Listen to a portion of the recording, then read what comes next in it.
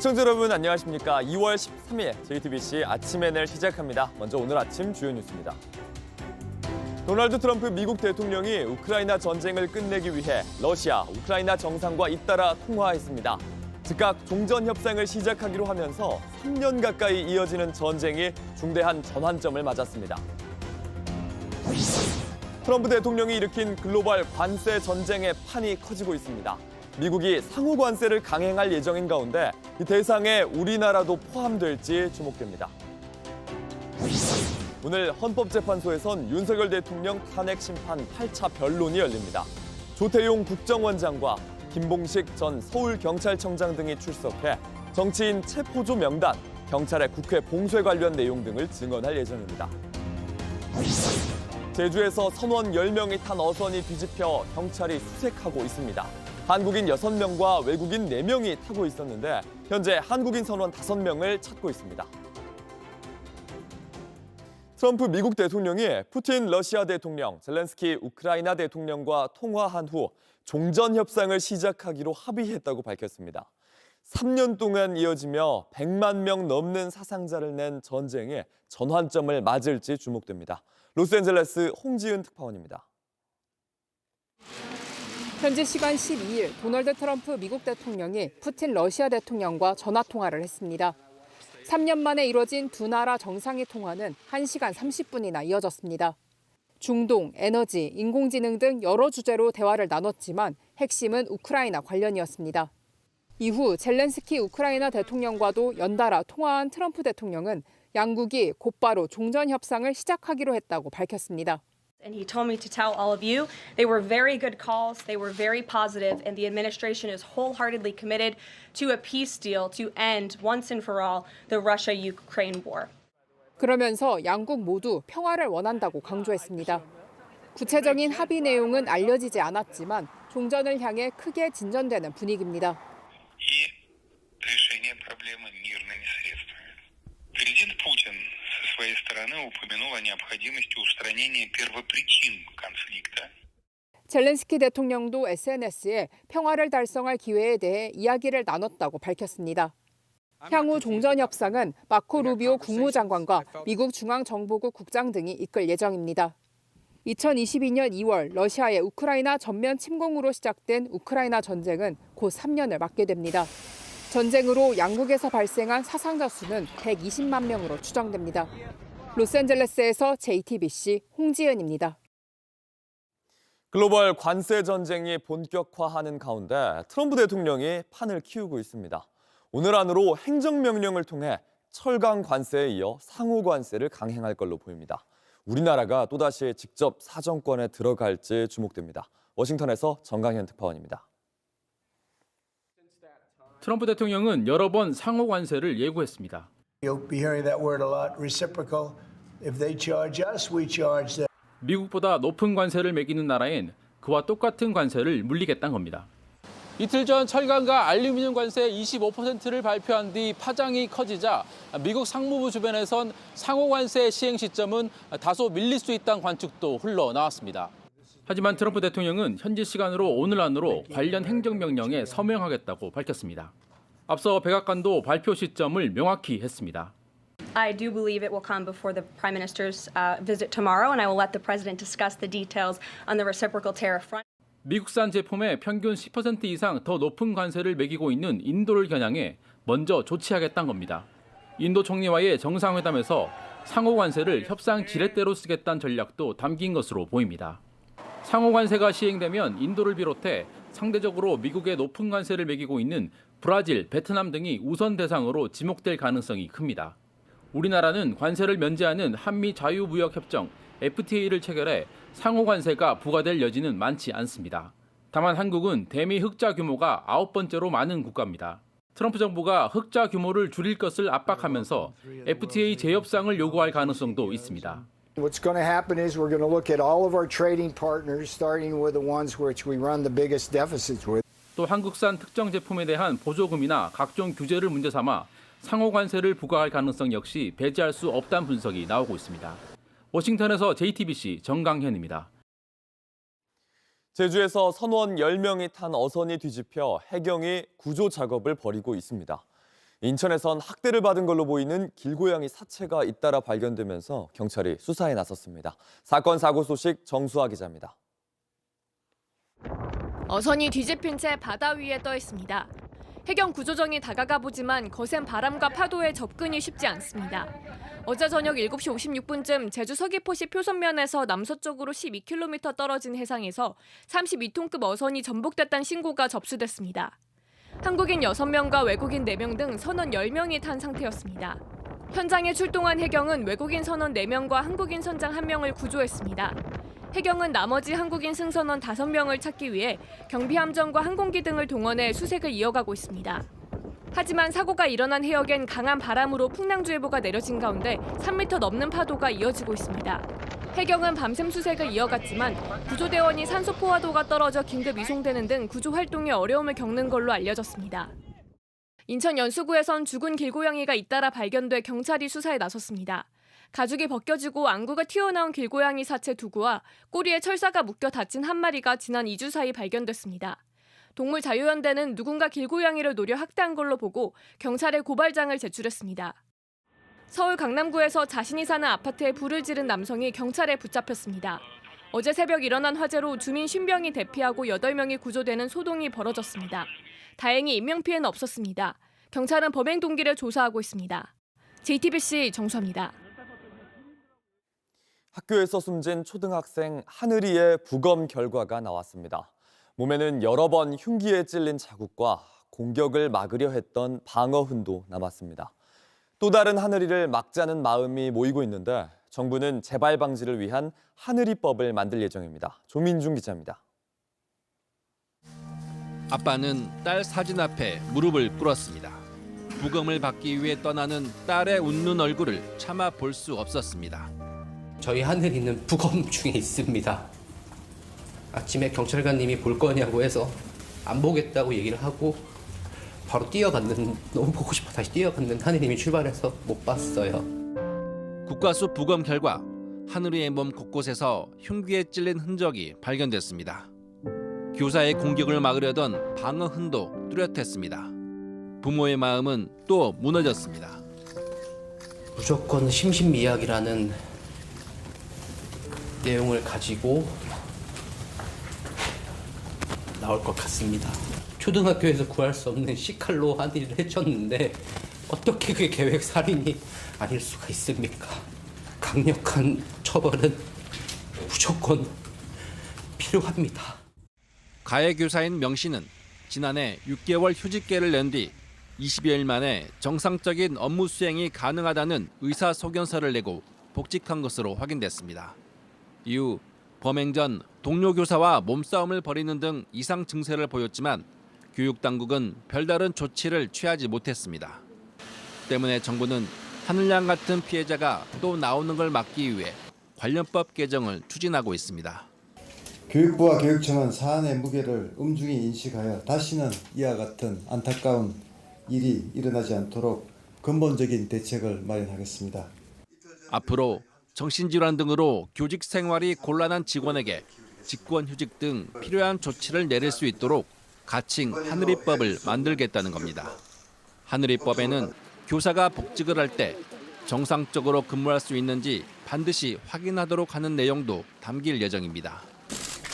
여야도 정신질환 등 문제가 발견된 교사의 즉각 분리를 위한 법 개정에 나섰습니다. JTBC 조민중입니다.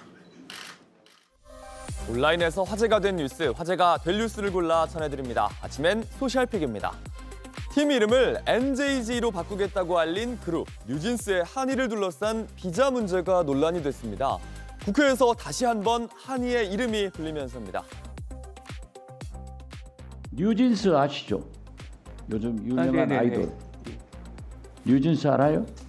네. 예, 거기에 하나가 불법 체류자가 돼가지고 쫓겨나게 생겼어요. 파악하고 있어요? 예, 그 얘기는 알고는 있습니다. 어제 국회 법사위 전체 회의에서 임금체불 질의를 하던 박지원 의원 느닷없이 아이돌 얘기를 꺼냈습니다. 김서구 법무부 장관 직무대행은 실무진에서 검토하고 있다며 잘 살펴보겠다고 답했습니다.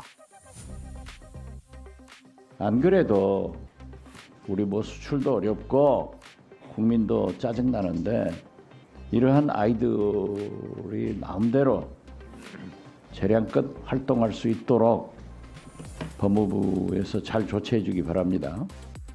호주 출신인 한이의 연예 활동을 위해선 통상 소속사가 비자를 신청해야 하는데 어도어와의 분쟁 이후 비자 관련 문제가 해소되지 않은 걸 언급한 겁니다. 이후 박 의원은 블로그에 한이의 비자가 발급됐다며 법무부에 감사하단 글을 올렸습니다. 하지만 국회에서 연예인 개인의 문제를 민원 해결하듯 하는 게 옳으냐 이런 비판이 나왔습니다. 비슷한 시각 NJG는 그제 적법한 절차로 새 비자를 발급받았다고 밝혔는데요. 국회에서 질의하기 전에 이미 비자를 받았다는 겁니다. 또 공개할 의무가 없는 개인정보 관련 기사가 쏟아진 건 어도어만이 알고 있는 정보가 퍼진 거라며 법적 대응을 고려하고 있다고 밝혔습니다. 찰스 3세 영국 국왕이 토트넘 구단을 찾았습니다. 주장 손흥민과 짧은 대화를 나눴는데 직접 보시죠.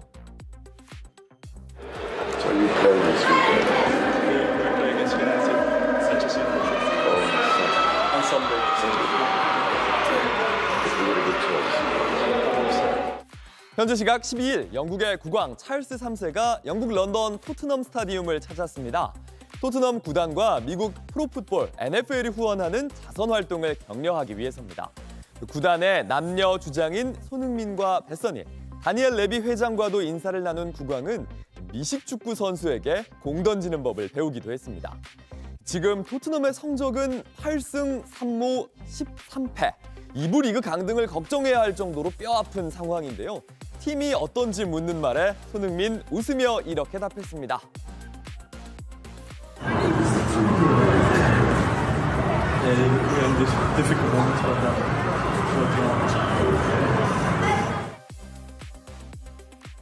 고등학생이 스위스 로잔의 발레 콩쿠르에서 한국인 발레리노 최초로 우승했습니다. 무용수의 매력이란 무엇인지 우승자 박윤재가 입을 열었습니다. 무용수는 찬란하게 빛나는 게 또 매력이라고 생각합니다. 반짝반짝 빛나는 약간 별처럼. 지난 8일 세계 5대 발레 콩쿠르로 불리는 로잔 발레 콩쿠르 결승전에서 박윤재의 이름이 울려 퍼졌습니다.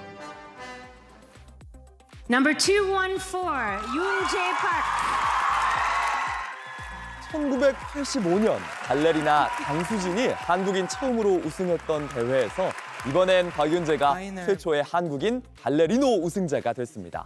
어제 열린 기자회견에선 콩쿠르이 어떤 의미였는지 질문이 쏟아졌습니다.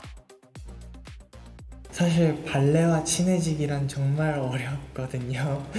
한층 더 저와 발레가 좀 더 가까워지게 만들어주는 계기였다고 생각을 하고요. 어릴 때부터 춤추는 걸 좋아했던 소년의 가슴팍에 자랑스럽게 달린 이름표로 삼겠다고 했습니다. 평발에 두꺼운 다리란 콤플렉스도 이겨낸 최초. 로잔 콩쿠르 측은 9명의 재능 있는 무용수들은 로잔의 파트너 학교나 발레단에 합류할 기회를 얻는다고 밝혔는데요. 박윤재는 여러 오퍼를 받았다면서도 자유롭게 해외에 돌아다니며 춤추고 싶다고 말했습니다.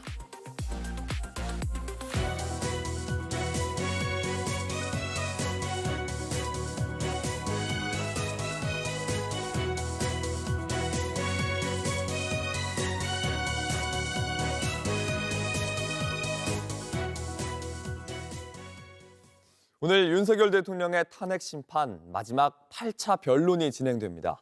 예정된 변론 기일은 오늘로 끝나는데 추가 기일을 지정할지 아직 헌재는 입장을 밝히지 않았습니다. 오늘 변론에선 정치인 체포 지시와 명단, 경찰의 국회 통제가 주요 쟁점이 될 걸로 보입니다. 이재승 기자입니다. 오늘 윤석열 대통령 탄핵 심판 8차 변론에는 조태용 국정원장과 김봉식 전 서울경찰청장 등이 증인으로 출석합니다. 조 원장은 계엄 선포 전인 지난해 3, 4월 삼청동 안가 모임에 참석했습니다. 헌재는 당시 회동에서 윤 대통령이 계엄과 관련한 언급을 한 사실이 있는지를 확인할 전망입니다. 조 원장은 이후 계엄 선포 직전 국무회의에도 배석했는데 이날 홍장원 전 국정원 1차장으로부터 체포조 등과 관련해 보고받은 사실이 있는지 등도 쟁점입니다. 그 체포 지시를 받았다는 얘기를 12월 3일 날 밤에 원장인 저한테 보고했느냐 저한테 보고하지 않았다는 말씀을 제 명예를 걸고 다시 한번 확인하겠습니다. 김봉식 전 서울청장을 상대로는 경찰의 국회 통제를 두고 누구에게 어떤 지시를 받았는지 신문이 이어질 전망입니다. 여기에 재판부가 직권으로 증인 채택한 조성현 수도방위 사령부 1경비단장도 출석합니다. 조 단장은 검찰 수사에서 이진우 전 수방사령관이 국회 본청에 진입해 국회의원을 끌어내라고 지시했다고 진술한 만큼 계엄군 국회 투입 경위를 직접 확인할 거로 보입니다. 예정된 변론 기일은 8차인 오늘이 마지막입니다. 추가 기일 지정 여부에 대해 헌재는 아직 입장을 밝히지 않고 있습니다. 헌재가 추가 증인 신청을 받아들이지 않으면 오늘 증인 신문이 마무리됩니다. 만일 한두 차례 변론 기일이 추가돼도 이달 안에는 모든 절차가 사실상 끝나 다음 달에는 헌재가 사건에 대한 결론을 낼 거란 관측이 나옵니다. JTBC 이재승입니다. 김용현 전 국방부 장관 보좌관의 진술이 국회를 무력화하려는 의도가 없었던 윤석열 대통령의 말을 완전히 뒤집고 있습니다. 자신이 직접 대화를 들었는데 윤 대통령이 김용현 전 장관을 향해 1000명을 보냈어야지 이제 어떡할 거냐 이렇게 다그쳤다는 겁니다. 류정화 기자입니다. 김용현 전 국방부 장관을 수행했던 김철진 군사보좌관은 검찰에 자필 진술서를 제출했습니다. 지난해 12월 4일 비상계엄 해제안이 의결된 직후 윤석열 대통령과 김 전 장관이 나눈 대화를 들었다며 당시 상황을 상세히 진술했습니다. 4일 오전 1시 20분경 윤 대통령은 국회엔 몇 명이나 투입했느냐고 물었고 김 전 장관은 500여 명 정도라고 답변합니다. 그러자 윤 대통령은 거봐 부족하다니까 1000명은 보냈어야지라며 이제 어떻게 할 거냐고 질책했다고 했습니다. 경고성 계엄이라 계엄 해제 의결 즉시 병력 철수를 지시했다는 윤 대통령의 변론과는 배치되는 내용입니다. 계엄 해제 요구가 결의가 나오자마자 바로 장관과 계엄사령관을 즉시 제 방으로 불러서 군 철수를 지시했고 1000명은 보냈어야 한다는 말 역시 300명 미만의 병력이 국회 마당에만 대기했다며 점차 병력 규모를 축소하는 최근 윤 대통령의 주장과는 다릅니다. 280명은 국회 경내에 들어간 인원을 말하는 거고요. 본 회의장 안에, 건물 안에 들어간 사람은 12명밖에 안 돼요. 7079대 묵개고, 차묵개고.